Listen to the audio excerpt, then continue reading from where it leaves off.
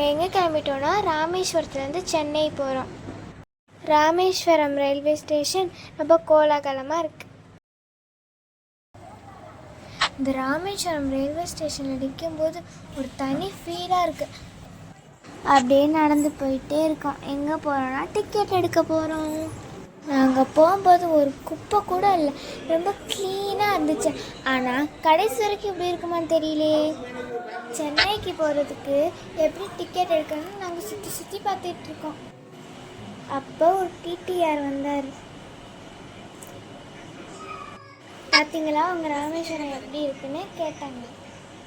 அழகாக சூப்பராக இருக்குன்னு சொல்லிட்டு ஹாப்பியாக சிரிச்சு சொன்னோம். அவங்க கேட்டாங்க, வாட் இஸ் யுவர் நேம்னு. நான் என் தங்கச்சி எப்படி சேட்டை பண்ணுதுன்னு பாருங்க.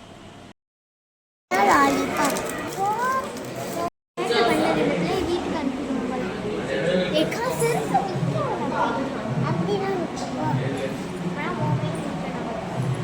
அப்போ வீட்டுக்கு அனுப்பி விட்ருவோமா? குறையா நான் வேற இப்போ கருத்தெல்லாம் கற்றுட்டு வந்திருக்கேன். இப்படி சுற்றி விட்டோன்னா அங்கே போய் விளையாடுறேன்.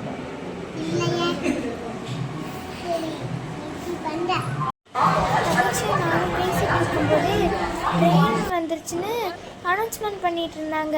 அதோட நானும் என் தங்கச்சி வேக வேகமாக போனோம். இந்த ஐஸ்கிரீம் கடை வேறு கிராஸ் பண்ணி போகிறேன். என் தங்கச்சிக்கு அதை பார்த்துட்டு அதை விட்டு பிரியறதுக்கு மனசே இல்லை. நாங்களும் எங்கள் அம்மாவும் எப்படியோ ட்ரெயினை பிடிச்சிட்டோம். ட்ரெயினுக்குள்ள எப்படி இருக்கோம் பார்த்தீங்களா? ஜாலியாக இருக்கு.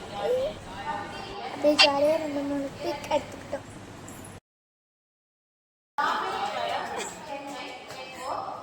அவங்க தான் எங்கள் பெரியப்பா.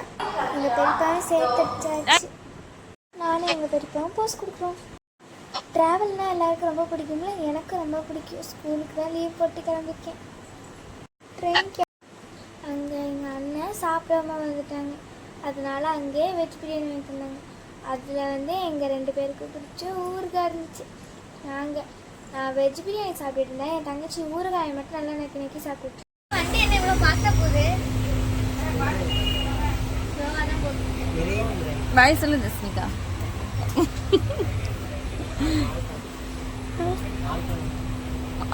அப்படியே ஸ்லோவாக மூவாகுது. எங்கள் அப்பா எங்களை ட்ரெயினில் ஏற்றி விட்டு போயிட்டாங்க. அதனால நாங்கள் ரொம்ப சோகமாக இருக்கோம். பாருங்க, அதுக்குள்ளே பாம்பன் பிரிட்ஜ் வச்சு பாருங்க. அங்கே பாம்பன் பிரிட்ஜில் போயிட்டுருக்கு. சூப்பராகவே இருக்கு. அதுவும் நாங்கள் கடலுக்கு நடுவில் பழைய பாம்பன் பிரிட்ஜெலாம் நாங்கள் பார்த்தோம். இப்போ நாங்கள் அப்படியே உள்ளக்க போயிட்டோம். பார்க்கவே சூப்பராக இருந்துச்சு. இன்னும் இருக்குது, அதை பாட்டுள்ள